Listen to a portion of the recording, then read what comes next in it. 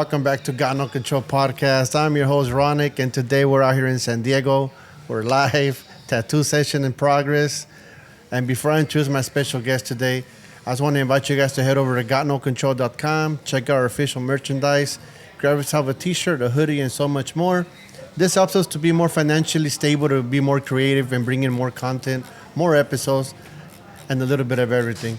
And with that being said, I want to give a special introduction to my friend, Saki. How you doing today, brother? Yo. Got your hands full today, huh? Yeah, I sure do. Yeah. I try to keep my hands full at all times. That might sound bad, but yeah.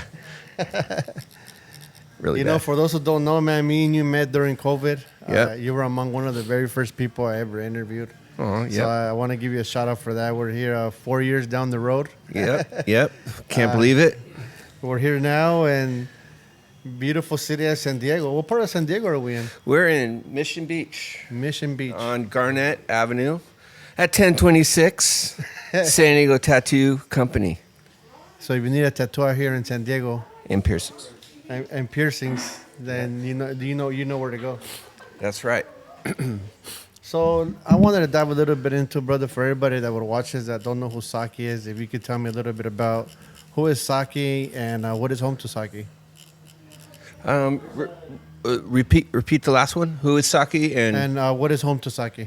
what is home? Yeah. Home. Yeah, like where are you originally from? Oh shit. Okay. Man. Well, my father was in the army, so he had duty stations all over. So I was born in El Paso, Texas, and then I lived in Saratoga Springs, New York. That's where my family's from originally, and then I lived in Florida and Michigan, back in Texas, and then we went to San Diego. Oh, so you moved around a lot as a kid. Yeah. We're always moving. How was that, bro? Moving around a lot, was it hard to adapt to where you're at? I was so young, so it didn't. It seemed to me it was an adventure. So it was always fun moving. You know, I got to sit in the back of the station wagon and just stare out the window and look at the countryside. Yeah. You know, we'd stop at national parks and stuff like that. So it was cool. Saki comes from a big family. You have a bunch of siblings, or is it just like a only child type thing? No, I have two sisters. Excuse me, 2 sisters and 1 brother. They're all older. I'm the baby. Okay. Yeah. So, Your early stages, brother, of like wanting to be a creative dude, or like whether it was, you know, picking up a crayon or an instrument or whatever it was, how did that look for you? I would say I was drawing at a young age. I also had like some weird thing where I would organize my Hot Wheels, like super organized, like in lines and like totally like OCD, like just keeping them straight and orderly, and then I would just like thrash them, throw them down my grandmother's big ass stairs in Saratoga Springs. So Saki was getting into trouble at a young age by grandma. Yeah, I think I was. I definitely was. Yeah, I got some crazy stuff that happened when I was younger with a teacher. I won't talk about it, but yeah, it was pretty bad. I was like 5 years old. Was drawing always your first outlet to creativity? Yeah, it definitely was. Yeah, because my grandparents would buy me drawing pads, and I would just draw the whole summer away while I was visiting them in Saratoga Springs or back at home. You know, I was just constantly drawing. Okay. Your early stages of drawings, like what gravitated you to want to be like, okay, I want to start sketching and doodling? Was it off of seeing something on TV, a magazine, a book? How did that go about? I think the stuff that I saw on TV, I didn't really realize it was an art form. Sounds weird, but I think it was more like paper, like stuff I saw on paper, comics. I wasn't really into comics, but I was into illustrated books. So like Clifford, the Big Red Dog, and stuff like that. So I'd like copy those. not copy like trace, but like the book was open and I would replicate it. Okay. My brother's record collection too, which is kind of I think it's kind of a not a weird thing, but a magical thing with the person who did I think it was Yes's album with the letters. I used to trace those, not trace them, but I used to try and draw those. Yeah. And that artist I got to meet up in L.A. He's from England, and I kind of geeked out when I met him because I was like 5, 6, 7, looking at those album covers, sneaking in my brother's room and looking at them. And I heard a lot of like writers in New York were inspired by his letters. Okay. Yeah, so it was pretty trippy. It was dope to get to meet him, huh? Yeah, it was. Yeah, and I explained to him that his impact into the subway culture is pretty like phenomenal, but I don't think he understood. Okay, he didn't understand because of the language barrier, or he didn't understand the culture itself. The culture, yeah, Okay. yeah. So he's kind of like, what is this guy talking about? Yeah. Never heard of this subway painting. Yeah. It's like if you talk to Von Baudet and his son, they understood that the artwork was being painted on the subways, with the Cheech Wizard and stuff like that. So, Gotcha. Yeah. So you started drawing, at home as a young child, being, influenced by stuff that your brothers were having around. Mm-hmm. When did graffiti itself impact your life? Like, when was the first visual of it? The first visual would have to be when I went to New York City to my aunt's house. I think I explained that in the first interview. But the one that really kind of stuck was the Welcome Back, Kotter, the intro. Okay. With that, I'd say that one's probably the most impactful. So it wasn't until you actually flew to New York that you were able to witness graffiti for the first time? Well, yeah, it was upstate New York in Saratoga. We drove to my aunt's house, who lived in East Orange, and that was where I first saw it. Not knowing what it was, I was a kid. I was a total kid. Yeah. I just remember seeing smog and then just writing, but I didn't know what the fuck it was. You know what I mean? So, what was the first emotion to you when you seen it? Like when you what is that? Or is it kind of like just? I just noticed it. It was like me noticing I don't know if this is a great analogy, like a dog on the street or something, or just like trash. It was like seeing trash on the street. Like I noticed how much trash there was in New York City at the time. Like I said, the smog was fucking insane. It was like it looked like a brown cloud hanging over Manhattan. So it was something like that where I just noticed it. Okay. Because in Saratoga Springs, it was just green trees, and it looked very pretty, and there was nothing around. Although I found out later, Blade, the most up graffiti writer in New York City's history, is from Saratoga Springs. Oh, wow. Yeah. I was like tripped out. And he lived in the neighborhood where my father grew up in. And not like, my father was way older than him, but, it's kind of trippy. I was like, what the fuck? How was the family taking the graph? They were kind of like, hey, screw that, that's for bad people, or did they see it kind of as like, oh, it's art? My mom was kind of like thinking I was doing it, but she really had no idea. My sister, she was a cop. Oh, wow. That must have been rough. Yeah, she didn't really know, I don't think, until I got arrested. Then she really, really knew. I mean, she already knew that I was going to get popped, but she couldn't say anything because she would have lost her job. Respectfully, I'm not upset at her or anything like that about that. But it was during a sting operation. But they knew I was doing art with spray paint because I was doing jobs early on. Yeah. So they knew I was doing that, but I don't think they knew how much illegal activity I was doing. Oh, until after I got arrested, they're like, "Oh shit." So, witnessing graffiti for the first time, right? When you drove up to New York, coming back home, how old were you at this moment? This was like 74, 75. So I was like 5 years old, 5 or 6. Yeah, it was just. So how old were you when you enter the culture and you're like, okay, I'm gonna come up with a name now? And Oh, and 12 years old. 12 years old. Yeah, 12. And was this influenced by that same trip? No. This was a movie I watched called Dreams Don't Die. Dreams don't Die. die. Dreams Okay. Don't Die. Yeah. That's what influenced you to pursue it. Yeah.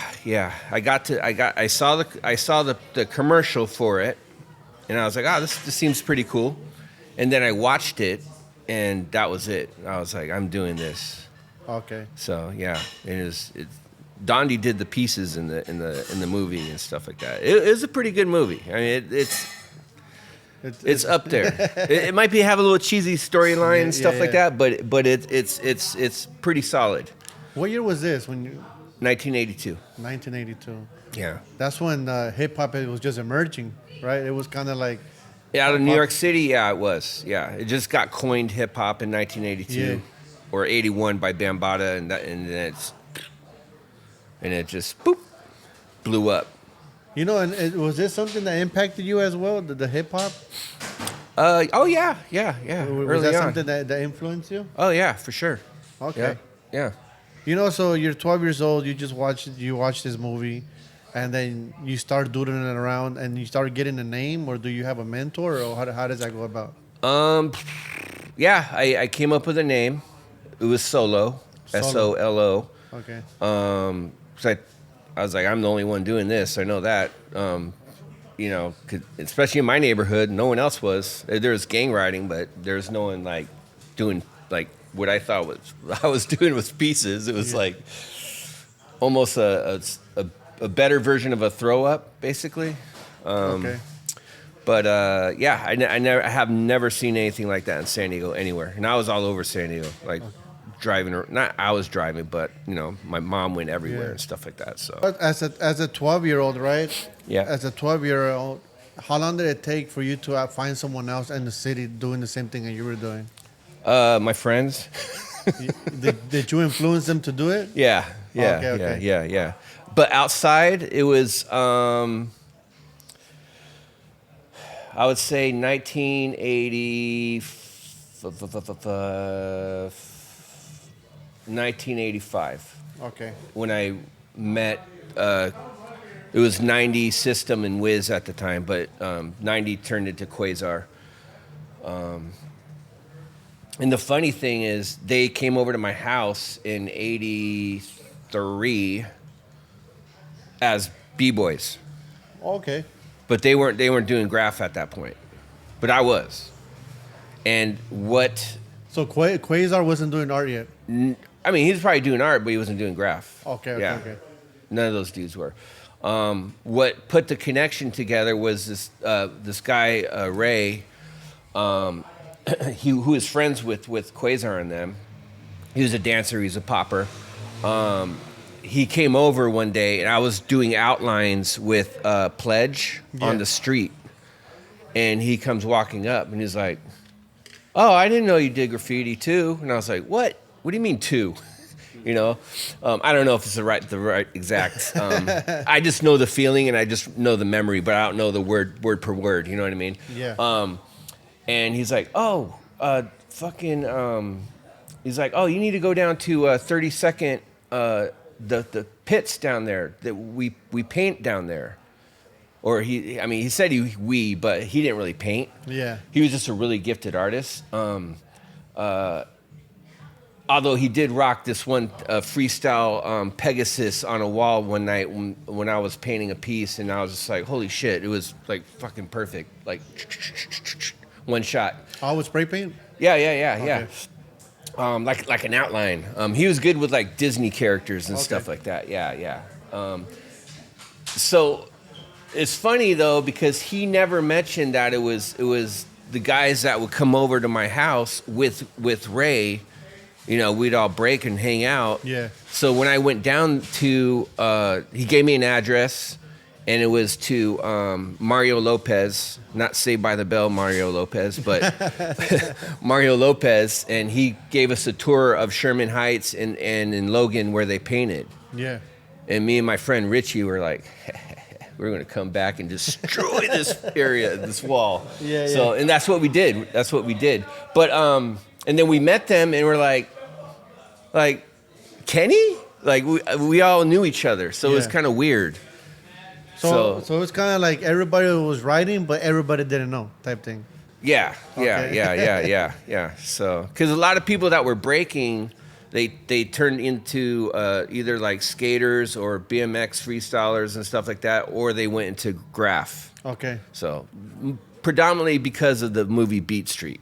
Gotcha. Because breaking was on its way out by the time Beat Street aired, I think in April of '84 or something like that, and by '85 it started to become dead, and then '86 no one wasn't breaking anymore. No one. What took over? As far as dancing, I would say it would be the party dancing, like Okay. like the Like raving I was type gonna stuff? start naming New York dances, but no, it was like the WAP, not the WAP, the Like up rock? the prep, Oh, okay. the prep, and Prince. The movie Purple Rain. Yeah, Everyone yeah. fucking fell in love with that shit, and they just like fuck hip hop Yeah. or rap music, and they just got into Prince and shit. Oh, Yeah. that's Miss you, Prince. Damn it. you know, and then after you went down there to the pits and you found out that some of your friends that were coming over were painting, did you guys start kind of like got together and put a crew together, or everybody was individually, or how did it go down that day? Yeah, I mean, we went down there, and me and Kaz, my partner, we went down there and painted and rocked out. We painted this giant. It's like stupid for that time. It was like huge. Yeah. Like it might have been the Saber fucking piece. You know what I mean? It was like giant. Like people were just painting little pieces like the size of this little wall here. You know what I mean? And we're painting the fucking whole goddamn building like huge, like. You know, 90, 100 cans. Look in this one right here. Oh, sorry. Yeah. Hey. Yeah. Hi, Mom. Yeah. I know I keep on looking at you. But we got dissed. We got dissed by Prince Illusion, who is phenomenal at characters. He painted a Thor, I did a Taz, and in between the Taz, it was a Donald Duck like going like this, and he painted a Thor with a hammer bouncing off and it hitting its head, so it made it look like their character made the duck go boom boom boom. Okay. So yeah. So it was really good. Like, And this other person was from San Diego as well. yeah, he was in a group called Subway Artists. I think they were even older than Kenny, because Quasar and System and all those guys, they're about 2 years older than me. Okay. And then I think those guys were probably about 2 years older or a year older. And I think they were like in the Navy or something. And Quasar's no longer with us. No, he passed away. May he rest in peace. Yeah, a couple years ago. Yeah, Okay. Unfortunately. So it's fair to say that it's the graph scene hit San Diego pretty good, right? Because you guys had a good amount of guys out here doing it. Yeah. Was there ever a year that you said that it was like booming, like it was like more than a couple guys, or like Oh, it just took off? yeah. I would say from 87 to about like real writing, Yeah. like 87 to about 91, and then tag banging happened, and that was the end of it. It was done. So San Diego had tag banging. As Oh well. yeah. It was ridiculous. Yeah. So Did that affect you guys to the point where it was kind of like, hey, we got to kick back type thing? it affected us, the whole scene. I mean, we and Ket disagrees with this from Miami, but I recalled an old interview from the '90s. And he's like, no one was sponsored by Krylon in the 90s or whatever, or just in general. But we were sponsored by Krylon. Oh, you guys were sponsored by Krylon. Yeah, we did a commercial and it was sponsored by Krylon.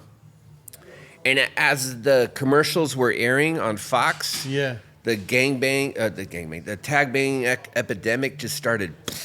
And then they pulled their sponsorship. They're like, we don't support anything that has to do with spray paint artists or anything like that. Oh, so Yeah. When Krylon was thinking about it, okay, we're gonna get into the culture, the tag banging kind of like.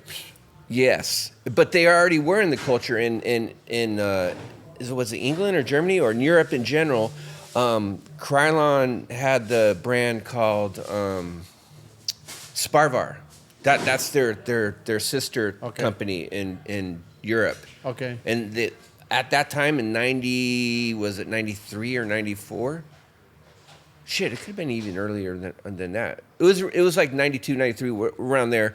They were already doing artist series cans in colors. They had graffiti writers doing their colors. Those cans exist? Krylon. I have one of them. It has a spray can with the arm on it. Like it was. I can't remember who designed it, but yeah. So Krylon released that artist series In Europe, Europe. as Sparvar. Yep. Oh wow, I didn't know that one. I don't know if it was an artist series, but it was designed by an artist, Okay. a writer out there, Okay. and they were doing like certain colors that they were creating by the artists.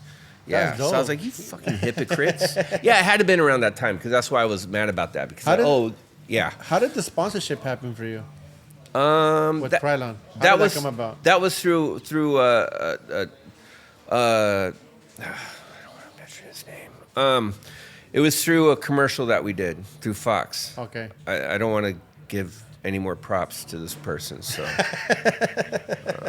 yeah, just I'll say that right now. But someone made it happen. Yeah, someone did make it happen. Yeah, Okay. definitely for sure. So Yeah, you do a commercial with Fox, and then Krylon reaches out, or they send like a sales rep, or how does it was before the commercial was made that we're getting the spray paint for the commercial. Oh. So they whoever it was reached out to Krylon. I mean, it could have been Beth Accomando or someone from Fox, but I don't think it was. And I feel like I'm from fucking Harry Potter. Don't mention the name. Anyhow, you know what? I don't like. I'm sick and tired of people in powerful positions, and they just like trying to erase everyone from history. And I don't want to sound like a hypocrite, but I think it was. I'll just say I think it was Bobby Ruiz from Tribal who did that with the Krylon sponsorship. So there. All right. There. It feels good. Okay. Yeah.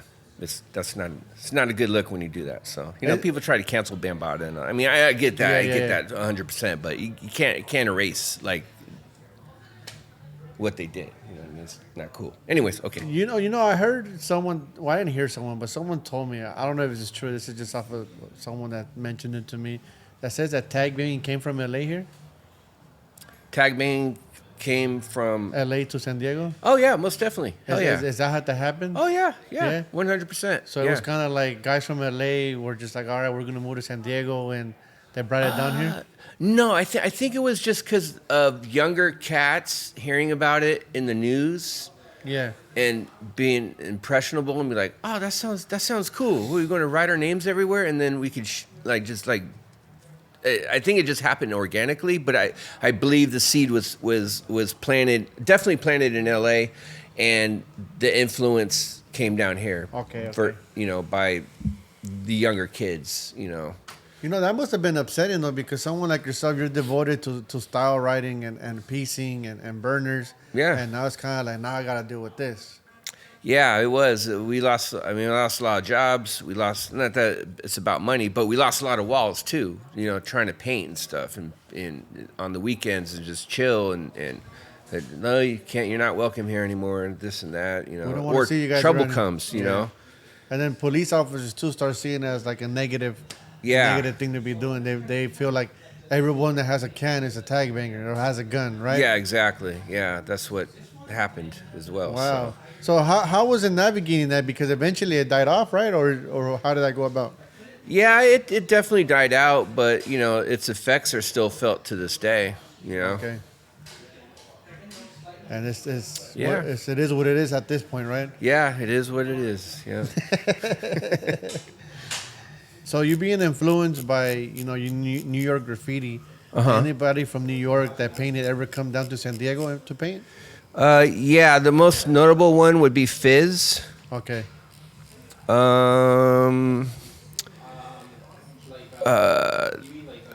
No, I wouldn't say most notable. I take that back. He's no longer with us either. May you rest in I'd peace. say Doze Green, like, definitely is the most notable. From Rocksteady Crew and all that jazz. Oh, he came down here. Yeah, he lived out here in '86 to about '89. Yeah. So You know, how was that though? Running into somebody from New York that was kind of like, it was unreal. Being a kid and seeing him in movies like Beat Street and like just Doze was so who Doze was when he was breaking and stuff like that. So to find out that he was living out here was just insane. It was like he might as well have been like Farrah Fawcett or something. I don't know. I'm just saying that. It was just like starstruck. Like all you wanted to do was just hang out with the dude and just like soak up whatever he had to offer, to tell you about stories and stuff like that. but there was never no barrier, kind of like, I'm from New York and things are gonna be done like this type thing. No, he was really cool about it. He was really super cool. And that's when he put me in his crew, IBM. So I felt super honored. What does IBM stand for? I believe the first name is like Idolized by Millions or IB Maxing. IB Maxing. And what's the other one? International Bombing Masters. I think that's the first crew name. Yeah.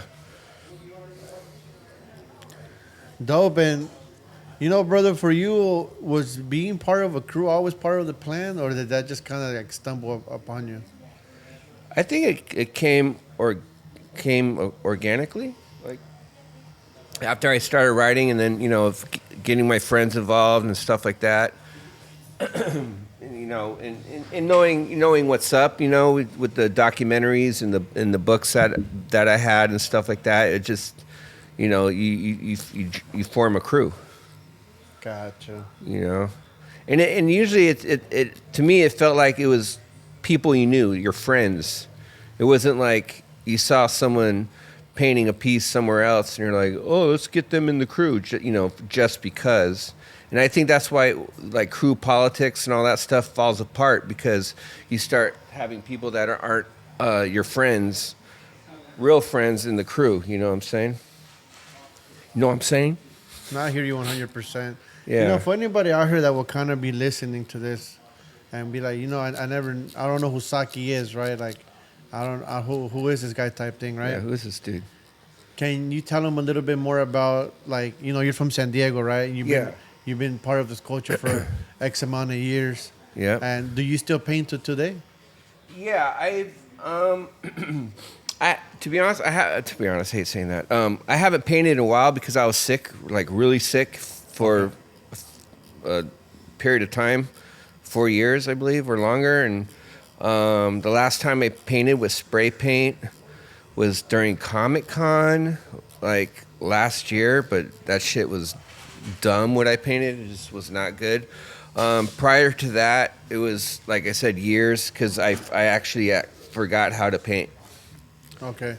Yeah, so I had some weird, I don't know, like mental brain stuff happening.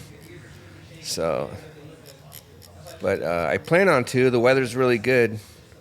So I'm planning on not really painting letters, just because I have a gig up in LA that I have to do. So there's a wall over on the smoke shop that I'm going to paint some spray paint, like a semi-realism piece. For being someone that's been painting, right, since the early 80s, right? In 2025, like, what do you think keeps you motivated to keep wanting to spray aerosol? Wow. I think because I'm always challenging myself. Yeah. And I just want to keep.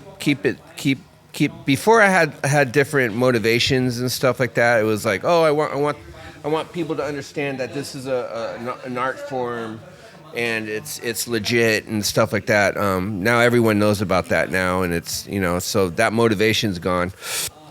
But I like the idea of it just me challenging myself and just painting fast and creating a voice for myself and having fun. Yeah, just. Do you still stay connected with writers from San Diego today? It's certain ones, but not as intensely as it used to be. A lot of people do know you out here, man. I mean, I did my moving around today, and everybody was just like Saki.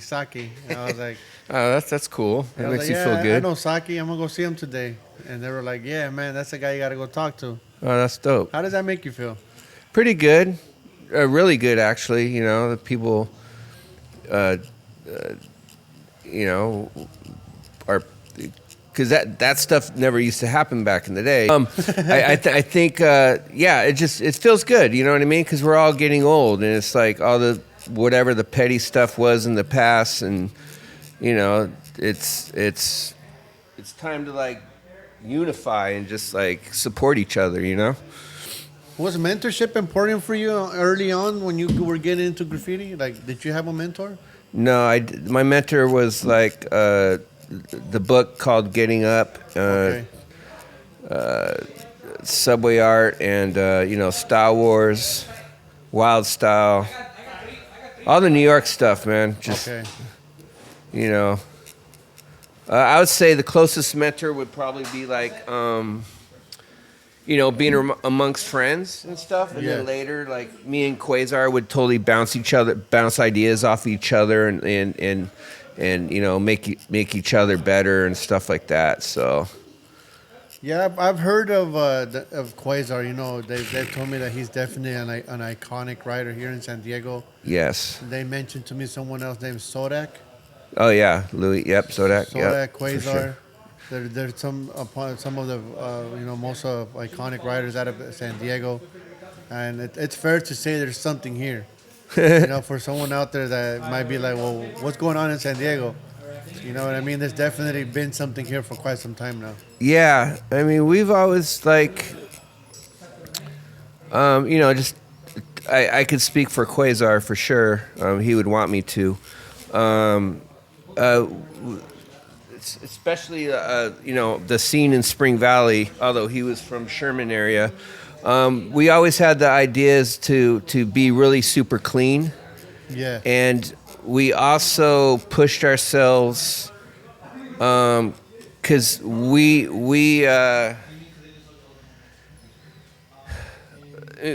didn't have a lot of information, so we were doing things that you normally wouldn't do, like fill in like a block long production with stock tips. Okay. You know what I mean? Like you're going to get some can control learning after working on a production for 3 nights or something, and for 8 to 12 hours a night. You're going to be learning some stuff. So I think it's just stuff like that. We just happen to. For someone that out there that, I mean, obviously we'll never get the chance to meet Quasar, what is something that you could share with us from Quasar that is memorial to you? What can I show you? Share. Share? Yeah. What do you mean, like visually or? No, share as far as like an insight like about Quasar, because I know, Quasar was very impactful here in the San Diego graffiti. Yeah. Is there something that you could share with us about, just him as a person or him as his style? I would say, well, his style. I'll talk about style. It definitely. So in the beginning, their style was really unstructured, I guess. Okay. How can I say it without sounding like a jerk? It was painted really well, but the letter forms were really bad. Okay. Really bad. It's like they never. It'd be like if It's like they seen it, like New York Graph, but they didn't. Man, They didn't like fully develop the style. they did, but it was just it just was not.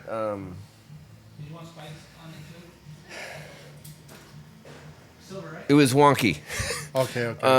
When they met Fizz gave them the structure to, because like I said, us Spring Valley kids, we had a bunch of knowledge and through the books I was reading and the stuff I was biting, everyone bites. Don't act cool and say you don't bite. You all bite. Or copy or mimic. Biting to me would be like if you did that West Coast on your hat, Yeah. and then I did it exactly the same, and I said, oh, that's mine, Yeah. But if I altered it a little bit, it'd be kind of like it's influence, right? Yeah. Some people will call that biting, but that's more of an influence. Anyhow, what's the point? Oh, so Fizz was showing them styles, New York styles and this and that, and with the leadership Fizz had, they developed, especially Quasar developed what I call as abstract, Okay. and he was also influenced by Futura 2000. Okay. So, which by coincidence he was stationed out here in San Diego, Futura in the 70s. He was serving. In the Navy. Oh wow. Yeah, and that's kind of where he got his ideas on the aircraft carrier when the jets were launching at night. Yeah. Out on the coast of San Diego. Yeah. That's where he got his abstract style and stuff like that. Like, isn't that crazy? It's like San Diego influence right there. I mean, the aircraft, not necessarily San Diego, but In LA, I know early on they had like a spot where everybody would kind of like come together and paint, which is the Belmont Tunnel. Oh yeah. Down here in San Diego, did you guys have anything similar to that? Yeah, I would say the majority of that would be the pits at 32nd and Imperial. That was like You said the spot. 32nd and Imperial? Yeah, that was the spot. Yeah. And by pits, you mean? Aqueduct. Okay. It's an aqueduct. Yeah. So everybody would be down there painting? Yeah, a lot of people. Yep, especially around after '86. Yeah, starting in '86 is when we were all, like, a lot of people would go down there. You would catch like 40, 50 people down there on the weekend painting. Are they still down there now, the pits, or is that something that's no longer? They're actually, people are starting to paint them. I know. Zard who's Wiz from GAU. He's down there painting them too now. Okay. So that is pretty cool. I've been tempting to go down there and paint. So it's kind of weird though. I've done some throw ups and some tags down there a couple years back, but it's. I don't know. It's kind of trips me out. It's like it's like going to a playground where you used to play, and then you're an adult trying to like play in the same. I don't know. It's just weird. Same sandbox or something. It's just trippy. At what point did you get the opportunity to kind of like leave San Diego and start hitting other places to paint? The first time, I would say, God, where was that? Huh. Shit. Wow, you got me stumped on that one. I'd probably say Eugene, Oregon. Oregon was the first time you stepped out? No, I take that back. LA. I'm so sorry. LA. Yeah, in 86 or 87? Okay. Yeah. How was it being in LA 86, 87 and just witnessing what you were doing, but like in LA, like it's over there now? It was cool. I mean, we went to Belmont to paint. Actually, that was 87. My bad. That was 87, not 86. So you painted Belmont Tunnel? Yeah. I mean, I went up to LA in 85 and tagged and stuff like that. But painting at Belmont in 87, yeah. How was that for you? How was experiencing that? Like, it was cool, man. It was cool. We freaked out when we saw the headhunters like up on the hill looking at us. And we were like, oh shit. because I was the local gang there. Yeah. So, but they didn't fuck with us or anything like that. So They were just watching you guys. yeah, I mean, fucking, you know, it's like it's fucking really sketchy, and I'm surprised we lived. What was your impression of the styles at that moment, though? Like the styles that you were witnessing at Belmont Tunnel. What was like your first impressions to that? I think some of them were cool. Yeah, we like the obvious people, you know, Charlie and Slick and Risk. Slick wasn't really doing lettering, but you know, definitely the character stuff. We didn't see any Risk stuff there at that time. But like all the notables, Bet Tempt. Shit, I don't want to leave out anybody, but you know, Green and fuck, yeah, all the people that everyone would talk about, you know. Were you able to connect with any writers down there while you went down Oh there? yeah. We went to what year was this? This was probably early '87. Yeah, it had to been '87. Okay.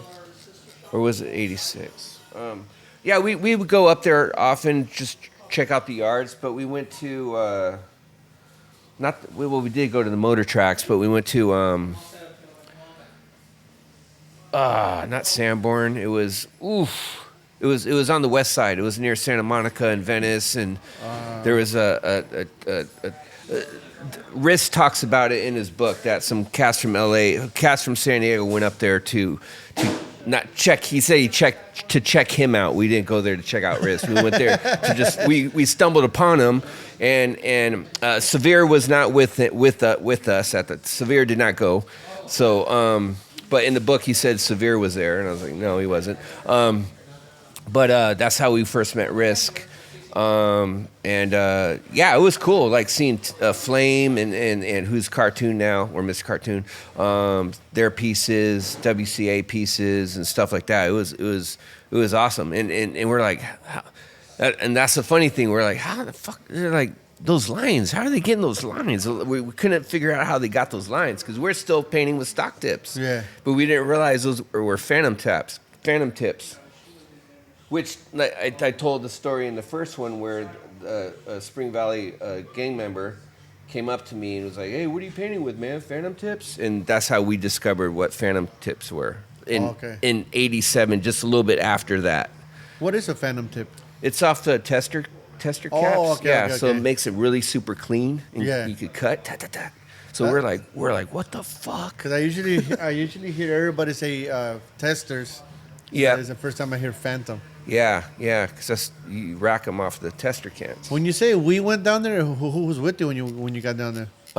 Definitely Doom. Okay. I don't think Kazi went with us, but Quasar for sure. Hey, Days, were you with us when we went to LA and we're at all the yards with Doom and Kazi and Quasar? Okay, yeah. So he wasn't there. Okay.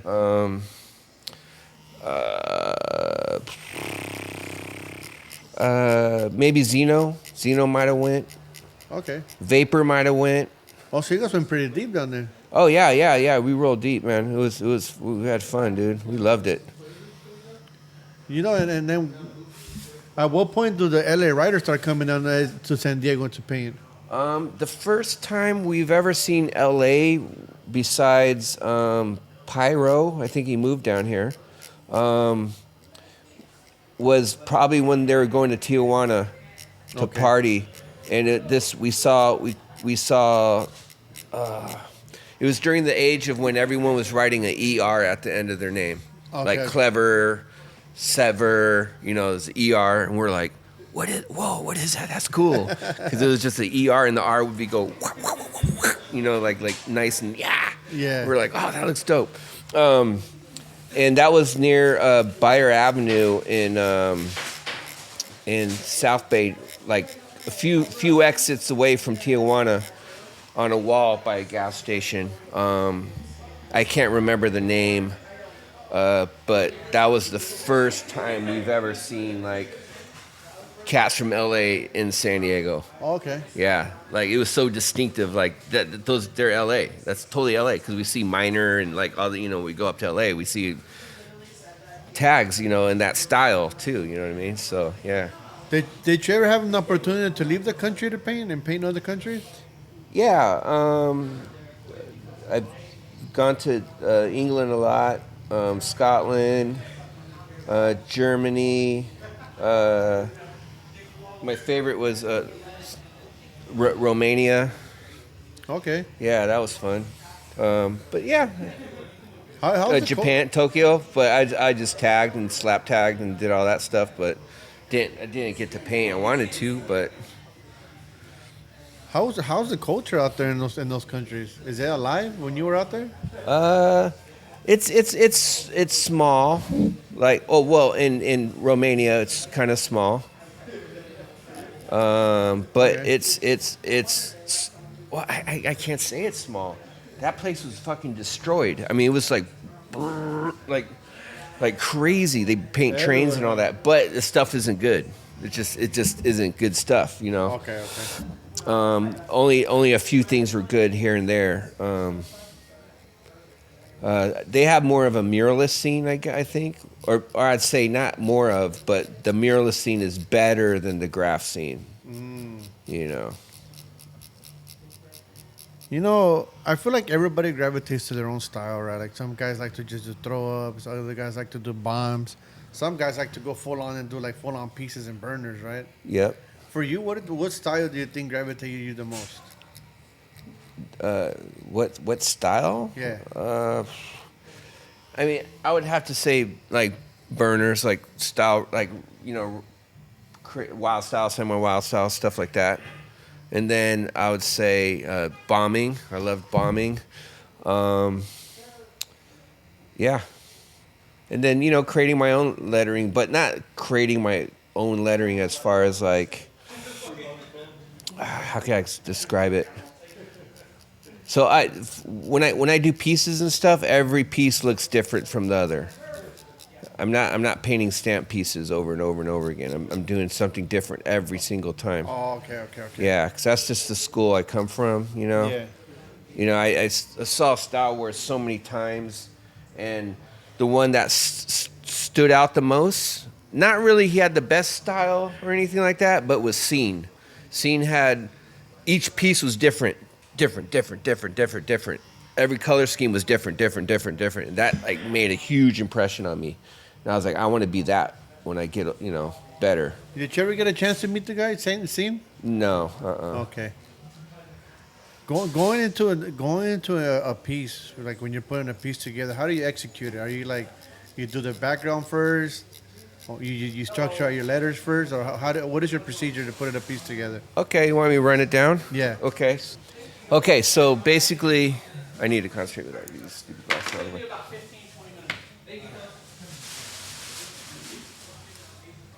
I'm up first. Just joking. I am actually, but I'm doing this guy. Okay, so how I approach a wall by doing like a piece, like a mural, not a mural. But you could use this at. You're blocking my view, dude. No, you're fine. You're fine. Lay over. Did you just fart? Okay. I'm a kid sometimes. Okay, let me think. Okay, you could apply this to anything, really, I believe. So when I approach a wall, I have my cans, I have my outline. I will do my outline first. Oh, actually, you know what? What I do is I do dots. I go dot, dot, dot, dot, dot, dot, dot, dot, dot, dot, dot, on the section where I'm going to paint the letters. So that way, everything's in nice order. It's not like flying all over the place. And I start my outline. I usually start at the S, beginning, and I just pretty much copy it as I see it on paper, and I try not to sketch. I try not to. I just do it in one line. Crack, crack, and then like, just keep on going. I might just do all the letter form first, and then I start to do the arrows. I start adding on the arrows and the bars and stuff like that. But at least I try and get the letter good, where you could, oh, that's an S, but then it's going to turn into a wild style S, and it might disappear a little bit. So I will do that all the way from the SAKE, and then once I'm done with that, I'll do my 3D. Bop, bop, bop, bop. I do on my lines. If I'm going down, I'll do my lines going down, and then from there, I will start to fill in my background. Boop, boop, boop, boop, boop, boop, boop. I go behind my piece, using fat caps just as fast as I can. Depends on the background, clouds or abstract or what have you. And then after that, I'll start filling in my 3D. And then I go, if the background is showing through my 3D, then I go and I cut it so it's the background's there, and then I might have to recut that part of the 3D, and it's fast. It's super fast. I'm trying to paint fast, and then I'll probably scallop the 3D a little bit, boom, boom, boom, boom, and then I'll start filling in. If I'm doing dusty stuff, I will do the letters, the dusty letters first, and then the 3D. I don't do dusty 3D and then dusty letters. I'll do vice versa, so it's clean and fast. And then after that, I'll so I'm doing clean, both clean 3D and piece. I'll start just grabbing colors. I have a color scheme. I don't go off by a color scheme. I just have my colors that I want to do, and I just start grabbing colors, and I just start moving down the piece, moving, constantly moving, have another can, boom, go with another color, a blue, boom, boom, boom, boom, grab another green, bop, bop, bop, bop, bop, a pink, bop, bop, bop, bop, and then sooner or later, it's like filled in perfectly. Okay. And then those are my base colors, and then I'll go back to the 3D and then do that, bop, bop, bop, bop, and then I'll have like a final, like a color that might pop out, boom, and then I'll just do like design work, dot, dot, dot, and then I'll outline, and then done. Unless you hear the purr, and then Yeah. That's how we do it. Yeah. You don't get to finish. You got to come back in case. Yeah. So, yeah, I'm trying to paint fast, man. Just not messing around. I want to get into this legendary battle that you took part back in the day. I think it was. Jesus Christ. I think they told me it was you, Quasar, against, I believe, Dice and someone else. Zodak, yeah. Can you tell me about that battle? Do I have to?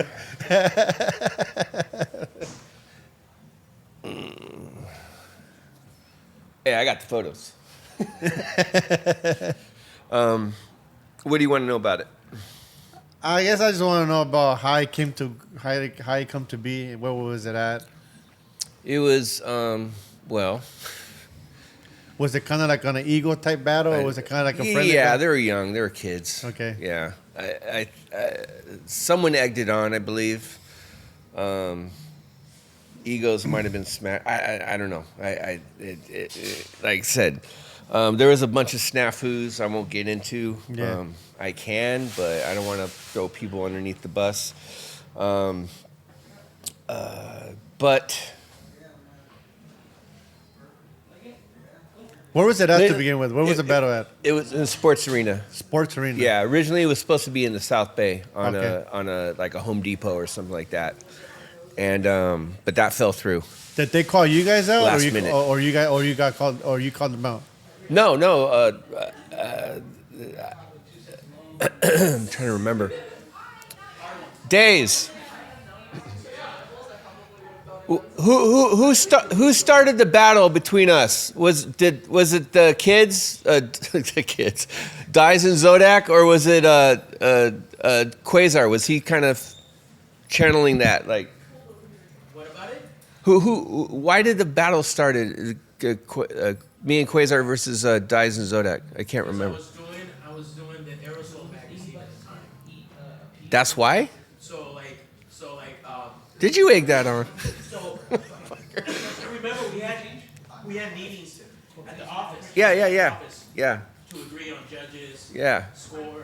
I know, but what egged that on? What? I tell you what. I wanted to put it together because it was like a new resurgence of like the next wave of like graffiti writers coming up, and like there was a bunch of newer kids on the block that they didn't get a little over like us from like the earlies, the 80s. Yeah. So the new kids looked up to the kids from the 95 and up. It was Zonek and Dice. So I'm like, okay, looks like there might be a change in the guard. I'm like, we have to have the two kings from the 80s and the two young kings from like the mid 90s in a sense. Yeah. And I'm like, I'm gonna put it together and try to think, everyone agreed on it. We agreed on the Okay. judges. That's right. Yeah. Yeah. So it was. Like I was having arrows. I was doing aerosol. You did a couple of covers. Yeah.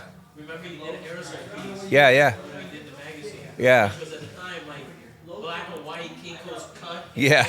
Yeah. It was called Aerosol Magazine. Aerosol. Aerosol. Magazine. SOUL. Black and white, like we cut, like each page was set up. Like every little thing was either hand drawn or like things that were printed and cut and glued Yeah. to form each page, and then we read the copy. Oh, And put the wow. magazine together. It was super old school. Yeah. It was crazy. Definitely a first of its kind. So it was Yeah. the kings of the 80s versus the new kings in the 90s. Pretty much. Yeah. Kind of like yeah. But I think they probably wanted it like probably Dice wanted to. Bragging rights or? Yeah. Right. Seems like that. It's like he, back then. I Yeah. just know there was a bunch of younger kids that like Egging it on. That's who they looked up Yeah. to at one point. Who judged the battle? Especially like all those little group little Yeah. online tag bangers, you know what I'm saying? Yeah. Who judged it? I think it was Skay. I think I think I was one of the judges. Chump. I think What is his name? I think Chino might have been one of the judges. Oh, come on, brother. You can't. That ain't fair. Well, you guys agreed though. We didn't- I don't think Chino was a judge. That's. Okay, then I might be wrong. Yeah, no way. I would have been like, fuck off. You can't complain because we did everything in the power, so nobody was gonna complain. Yeah, it definitely wasn't Chino, We had dude. several meetings in an office where all the parties involved, like the artists, were all going to agree on who the judges were, and everybody had to vote 100% on the judges, and then also on how it was going to be judged, like what point system. There was, I think, 5 criterias, how much each criteria weighed in on the judging, and all the artists had to agree on that. So you guys had a full-on It's like meetings the for this goddamn battle. Olympics. Oh, I wow. brought out like charcuterie, like I had like little cheese and snacks on toothpicks and everything. So So I conked out. I said, fuck this shit. I was like, done. The reason why motherfuckers don't know this, me and Quasar went to the place, because we're always spotting walls. We gotta go look for the wall. We drove up to LA to Belmont. We gotta go look at the wall in Belmont. We drove up there 2 hours, looked at it, and then drove back home. And then fucking packed up the car with paint and then drove back. We're nuts. So we went and looked at the wall. There was tumbleweeds, like this tall, dude. Yeah. Tumbleweeds through fucking the whole entire area and right up to the wall. We're like, oh fuck. Drove to my house, got the hoe, got the rakes and all that. We fucking cleared out our whole area. And then we looked at their wall and we're like, we can't do that to them, man. We just can't. So we cleared their whole fucking area. We didn't get home till like 5:30, 6 o'clock in the morning. Fuck. Packed up the paint, drove back, and started the battle. What did you And guys people were think? like, "Oh, Sucky's a pussy. He stopped painting because he was tired." Ugh.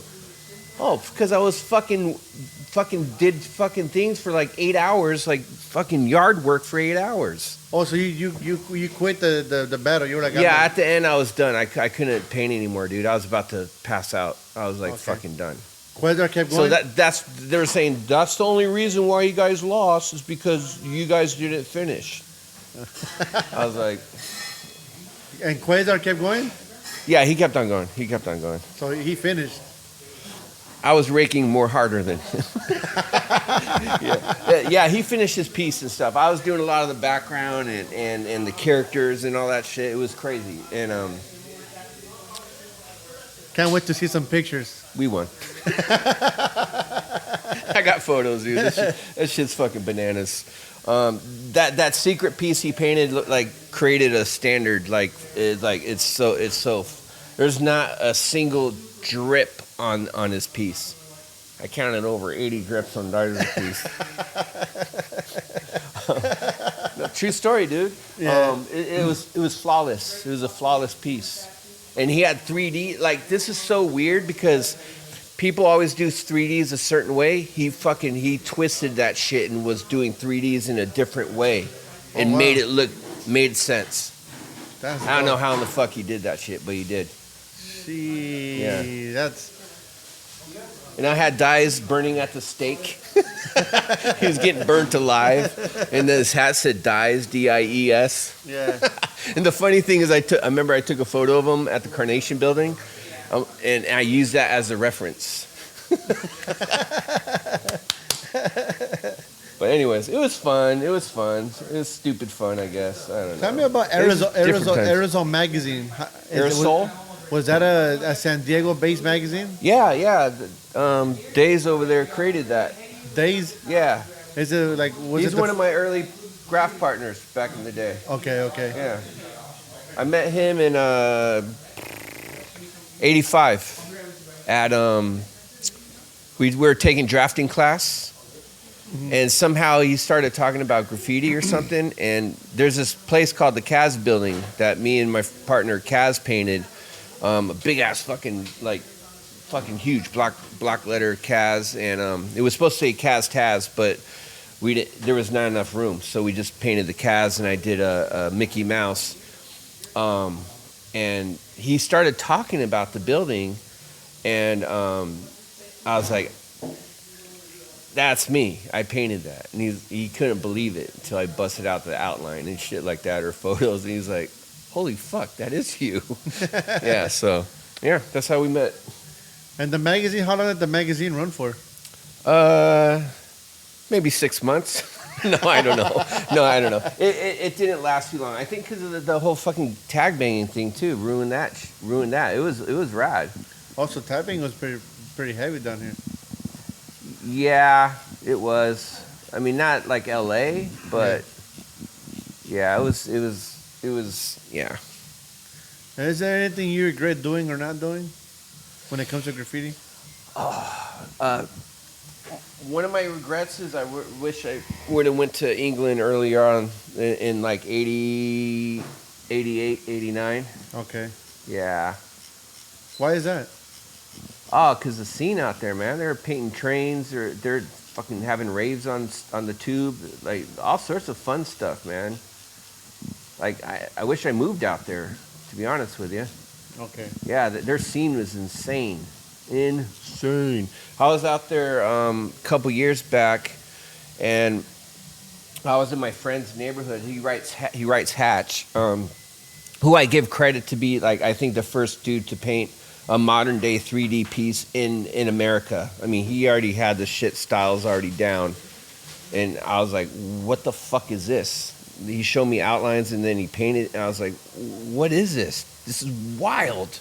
Like, no outlines, just like real 3D looking stuff. Anyway, so we're like in his old neighborhood near Whitechapel, and he's like, and there's fucking graph everywhere, dude. That place is fucking bombed. And he's like, it's like, this isn't shit. Like, this is nothing from what it used to look like in 85, 84. I was like, oh, wow. What the fuck? I was like, holy shit. Like, England, London is so bombed. It's insane. And he's like, this is nothing. Oh, wow. I was like, fuck. Wow. Anybody out there, bro, in 2025 that wants to enter graffiti, what would you say to them?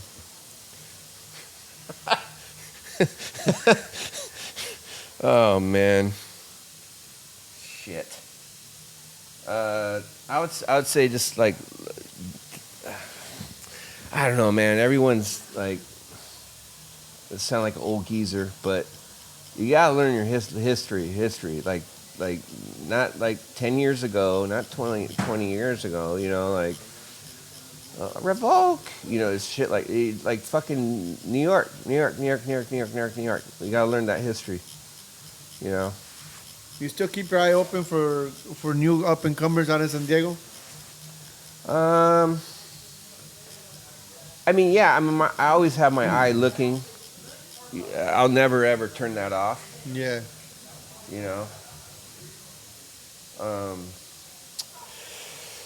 but yeah, there's a cat from Oceanside that caught my eye.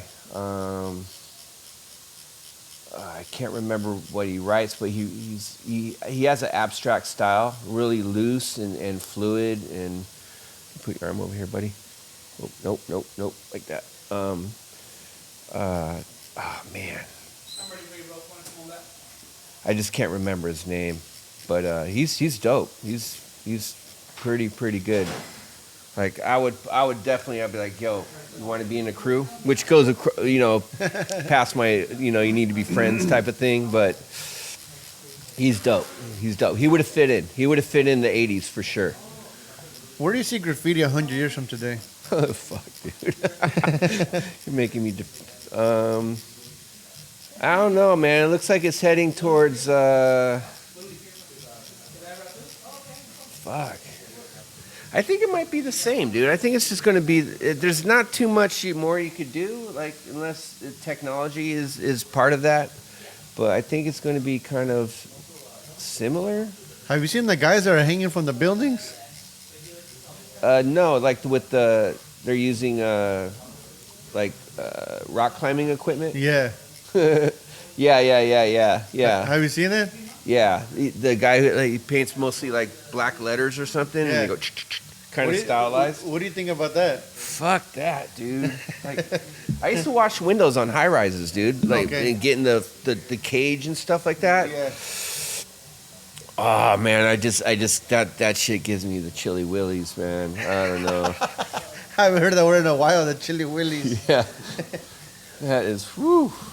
I got 2 questions for you, brother, before I get out of here. Okay. One being, how did you enter the world of tattooing? How did I enter? Well,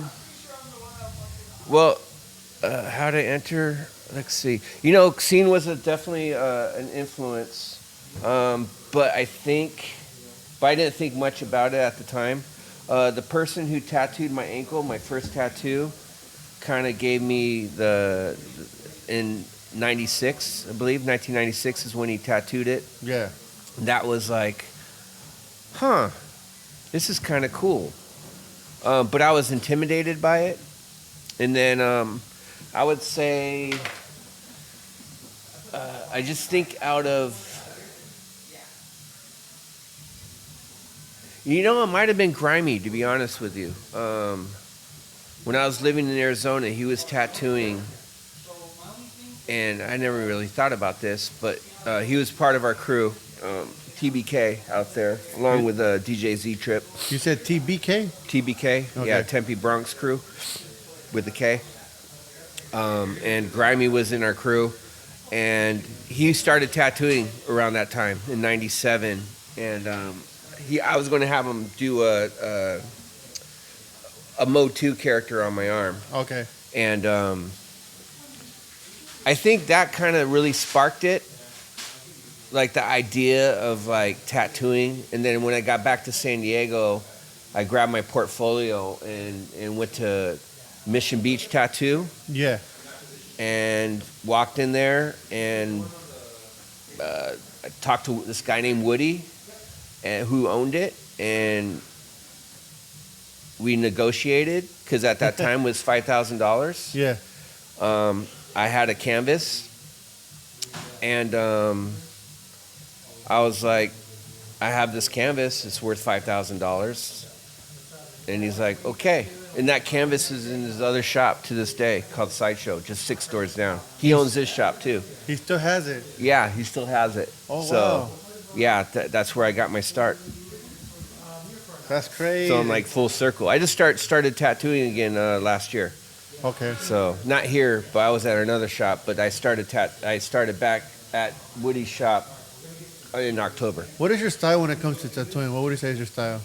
I don't necessarily have a style right now, but I do like doing neo-Japanese, or I like doing portraits. I wish I could do more portraits.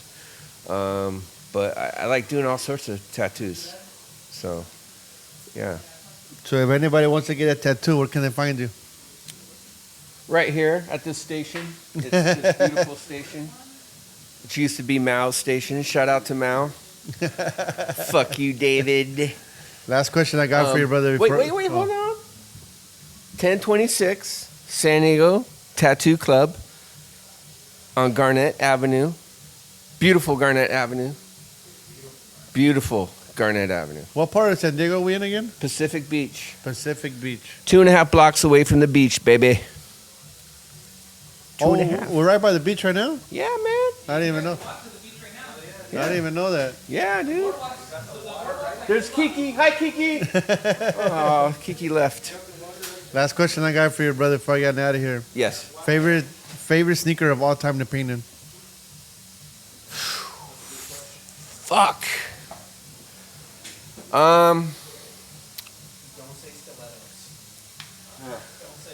Stilettos? I love painting in stilettos. I'm going to have to say Nike Jordans. Nike Jordans. Yep. I know. I loved Adidas, but Nike Jordans Airs are just comfortable. Again, brother, I just want to give you a thank you for allowing me to come down here and sit down with you man. for a bit. It's been Honor is mine. Thank you, dude. It's been a long time coming. I mean, we met has. each other 4 years ago, and I'm finally here. Yeah. I mean, I've came a long way, and I'm just happy to be here right now. You still got your glasses on, looking Yeah. cool as hell, dude. It became my signature. Yeah, that's dope. A lot of people see me without the shades, and they don't believe me as me till I put them on. Yeah, that's dope. Yeah. Anybody out there you want to give a shout out to before I get up out of here? Anybody you want to give a shout out to before we get out of here? I want to get a shot to this guy, Big D Daniel with Burke Contractors. This guy, my buddy Days, Piercer Dan. God damn it, too many Dannies. Piercer Danny. Piercer Danny, right here. David, my boy Toast. David, where are you? My boss Woody. My 2 kids, beautiful kids, Matisse and Miles. Who else? Shout out to Kiki, who drove by, yeah. You know what? I'm going to give a shout out to Iris. Yep.